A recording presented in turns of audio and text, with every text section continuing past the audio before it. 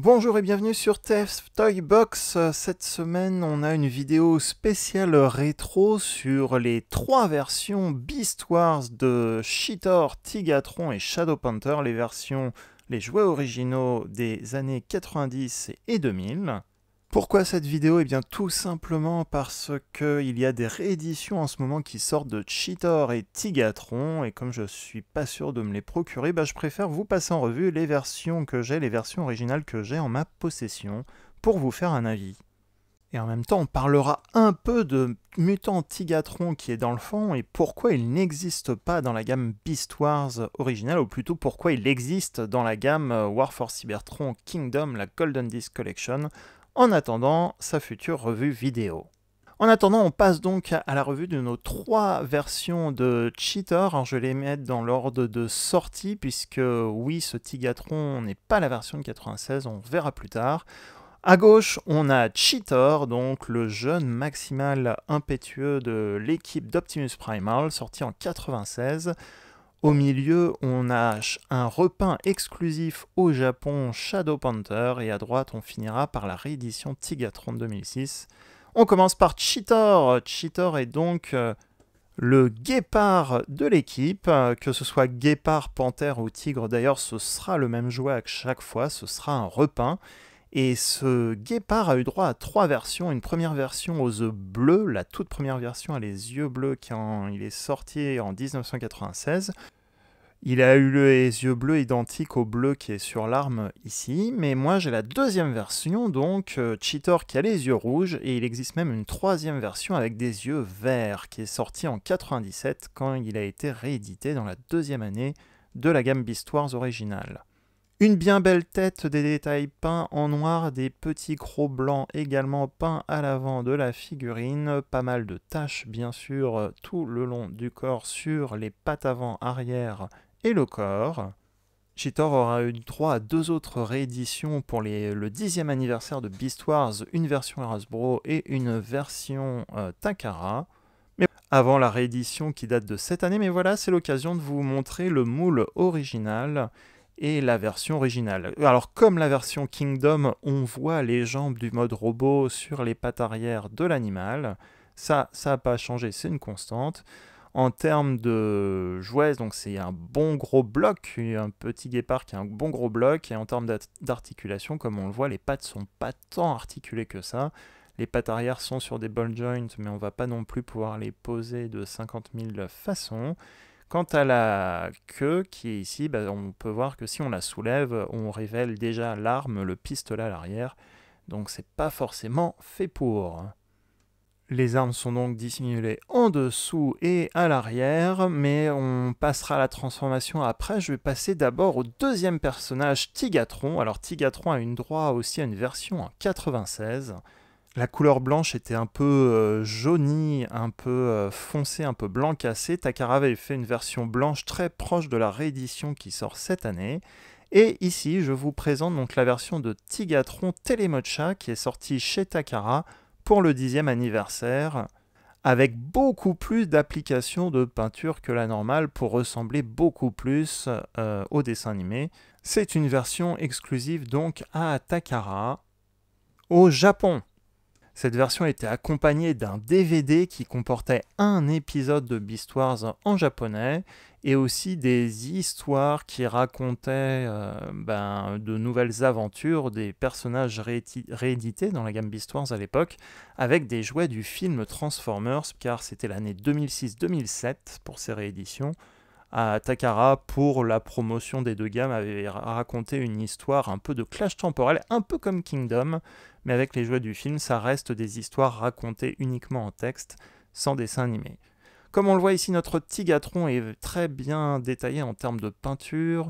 On a pas mal de rayures tout le long du corps. On voit aussi la couleur turquoise qui apparaît du mode robot par endroits, notamment autour du bout de l'arme. Les yeux sont peints avec une petite pointe noire pour le centre des yeux.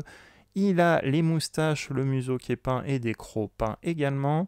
À l'arrière, on voit également le turquoise des jambes du mode robot et les pics des jambes qui sont argentées. D'ailleurs, on le voit aussi déjà, le pistolet va être peint et argenté, en plus par rapport à Cheetor. Un beau mode animal, une belle figurine. Les griffes sont également peintes sur cette version de l'animal. Et en termes d'articulation, ça va être pareil, hein, on n'a pas grand chose qui bouge et la tête ne bougera pas. Et on passe tout de suite à la troisième version de ce moule de l'époque, donc retour sur 1996. Il est sorti la même année que la première vague des jouets Beast Wars, la première année pardon, des jouets Beast Wars, mais était exclusif au marché japonais. Shadow Panther, bien sûr, a des airs de Ravage sans être Ravage, un agent secret. Là aussi, on voit le côté argenté du mode robot et un peu le jaune du mode robot apparaître dans ce mode animal. Mais ça reste une bien belle bête. À l'avant, on voit les yeux rouges qui rappellent les Predacons et Decepticons. Le museau et le tour des yeux est un peu peint également, donc il y a de la peinture en plus autour des yeux, du gris foncé en plus du noir plastique. Et on a les crocs qui sont peints en argent argenté comme le casque du robot. Ces trois petits chats font donc partie de ma collection depuis très longtemps. Et voilà, je vous présente juste Mutant Tigatron qui est sorti cette année dans la gamme Golden Disc Collection. Je ferai une revue ultérieurement sur Tigatron et Mutant Tigatron et Terrorzor. Mais la question est pourquoi il n'y a pas de Tigatron Beast Wars de cette couleur de tigre de Bengale orange? Et bien en fait, ce Tigatron a existé. Puisqu'à la conception, Tigatron avait été envisagé comme un tigre orange. Il y a même un prototype qui a existé pour ce personnage, et c'est au cours de l'évolution, la construction du dessin animé et du jouet qu'Hasbro et les créateurs du dessin animé certainement ont changé d'avis et en ont fait un tigre blanc. Mais c'est pour ça que dans la gamme War for Cybertron Kingdom, on a aujourd'hui ce repeint orange. C'est un hommage à ce prototype.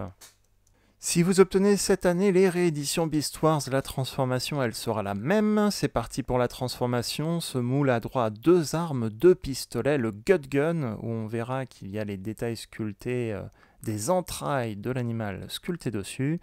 Pour le robot, on va déplier les jambes, on va les mettre droites, on va faire pivoter la taille, on fait pivoter les deux jambes au niveau du genou, on sort les petits pieds des pattes de l'animal. Ces petits pieds sont dorés pour Cheetor. Passons au haut de l'animal. On va plier vers l'avant les pattes de l'animal pour ensuite pouvoir dégager les bras. Là, on va pouvoir prendre les panneaux du dessus de l'animal pour écarter les bras. On fait pivoter le panneau vers le bas, ça fait la ceinture de Cheetor. On remet les bras droits et on prend la partie avec la tête et on la fait pivoter de 180 degrés pour ensuite positionner la tête comme ceci. Et voici donc Cheetor en mode robot. Donc Cheetor ici est transformé, donc personnellement je ne force pas trop parce qu'ici il y a une sorte de petite vis qui bloque un peu et moi j'ai un petit bout de plastique qui commence à s'abîmer.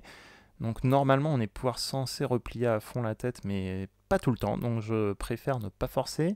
En tout cas voici Cheetor en mode robot, il a des yeux dorés et les bras dorés en plus, une couleur qui apparaît en plus pour ce mode robot.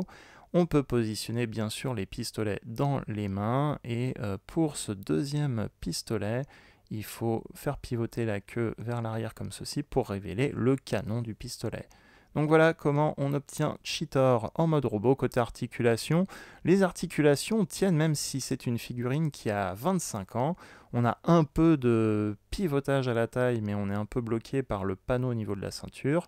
On a un peu de pivotage au niveau des jambes, mais ça bloque à l'avant au niveau des cuisses, parce que la cuisse est un peu épaisse. Il y a le pli au niveau des genoux, par contre au niveau des bras, on a un ball joint, on a un pli au niveau du coude qui est possible, et la tête peut pivoter de droite à gauche. On reviendra sur la tête un petit peu plus tard, elle ne peut pas forcément trop se lever de haut en bas. Pour Tigatron et Shadow Panther, je vous passe la transformation en accéléré, puisque soyons honnêtes, c'est exactement le même moule, et donc c'est exactement la même transformation. Il en sera de même pour les articulations. Voilà donc nos figurines de prêtes. Pour Tigatron, je rappelle, cette version est une version Takara Telemocha pour le 10e anniversaire, donc la peinture va être très différente de la réédition, elle est un peu plus chargée sur cette version. On a des couleurs argentées, du turquoise métallisé, Un blanc bien blanc, enfin en tout cas c'est une très belle figurine, cette édition collector a donc plusieurs couleurs, voilà on voit il y a de l'argent, il y a du turquoise ici, il y a beaucoup plus j'ai l'impression de détails de peinture sur cette version que sur les deux autres versions que j'ai en ma possession. Là on a même un mélange de turquoise et d'argenté sur la même partie de la pièce. Il a des beaux yeux rouges en mode robot. Encore une fois, même si les modèles d'animation sont légèrement modifiés, ajustés pour différencier le tigre et le guépard, et les têtes des modes robots, ici les jouets étaient totalement identiques. Pour Shadow Panther, on retrouvera notre peinture argentée également sur la tête, et on va revenir tout de suite sur cette différence de tête que vous retrouverez dans la gamme Kingdom, bien sûr. Pourquoi j'ai mis les têtes dans cette configuration? Eh bien, sachez que la première année de Beast Wars, les figurines en majorité avaient des têtes robots et des têtes mutantes. Et très souvent, quand il y avait des repeints, il y en a un qui utilisait la tête robot et l'autre la tête mutante. Mais si on prend Cheetor, comme on le voit, on fait pivoter sa tête et on retrouvera une tête de mutant, une sorte de casque bleu avec des gros yeux globuleux dorés. Et les pointes du casque de Cheetor forment des mandibules. Ce sera pareil pour Tigatron. Ici, si je baisse sa tête, on va voir le même casque. Bien sûr, il n'est pas en focus, voilà, c'est mieux. Alors, comme c'est la réédition et que la tête de mutante n'est jamais apparue dans le dessin animé, Takara a peut-être préféré ne pas peindre les yeux sur cette version. Je ne me souviens pas si la version originale a les yeux peints ou pas, la version de 96. Takara étant Takara, ils ont jugé pas peindre la tête mutante vu qu'elle n'apparaît pas dans le dessin animé, et voici la tête robot de Shadow Panther du coup. Donc Shadow Panther a bien une tête similaire à Cheetor en mode robot sur la version originale. C'est pour cela que dans la gamme War for Cybertron Kingdom, Cheetor aura sa tête de robot identique à son visage dans le dessin animé, mais que Shadow Panther aura donc une tête alternative que j'appelle souvent la tête mutante. Dans mes revues en tout cas, et c'est aussi pour ça que Mutant Tigatron de la gamme War for Cybertron Golden Disc Kingdom s'appelle Mutant Tigatron, c'est que Hasbro lui a donné aussi sa tête alternative de mutant, les mêmes yeux globuleux beaucoup plus détaillés, des mandibules, et une tête plus menaçante, car dans l'histoire il sera un peu plus méchant que la normale, ce Mutant Tigatron. Donc il a la tête de mutant, il s'appelle Mutant Tigatron. Sachez même que l'emballage du jouet Tigatron de 1996 sur les packaging Hasbro a même la tête de mutant au lieu de la tête de robot en dessin. Gamme War for Cybertron Kingdom oblige, on conclut cette année de fusion d'Autobot et de Maximal dans la gamme War for Cybertron. Je vous avais comparé dans une des premières vidéos de l'année le Beast Wars Cheetor avec le Deluxe Cheetor Kingdom classique. Comme on le voit, le nouveau jouet, la nouvelle figurine à droite est beaucoup plus réaliste que l'ancien modèle, il fait un peu moins brique. En termes de détails, on a des yeux orange plutôt que des yeux rouges. Même si de mémoire dans le dessin animé, il avait plutôt des yeux verts dans le dessin animé original Beast Wars. Je crois qu'il a des yeux orange dans le dessin animé Kingdom. Mais encore une fois, le jouet original avait eu droit à une troisième version avec des yeux verts. Et la version War for Cybertron Kingdom en mode animal est articulée, c'est-à-dire qu'on peut lui ouvrir la bouche et on peut bouger les pattes avant et les pattes arrière, car les membres sont sur des ball joints. Et comparaison bien sûr des modes robots, je ne vous l'ai pas fait pour tous les personnages, mais c'est vrai que c'était déjà une bonne comparaison à l'époque. Ce sont deux figurines de taille de luxe, on voit que en termes de taille du luxe, ça n'a pas trop évolué, on dirait même que Cheetor Kingdom est un peu plus grand. Un des rares défauts qu'on reproche souvent à Cheetor Kingdom, c'est qu'il dissimule mal les pattes arrière au niveau des genoux du mode robot, les pattes arrière de l'animal sur le mode robot, et aussi qu'il n'a pas de pistolet comme le jouet original, car son arme à l'origine était un pistolet et non pas ce fouet qui est l'arme qu'il utilise dans sa version transmétal. Après, en termes de peinture, le bleu ici était un peu plus clair. On a quand même des détails sculptés qu'on retrouvera sur les deux personnages au niveau des cuisses notamment et à l'avant au niveau de la ceinture.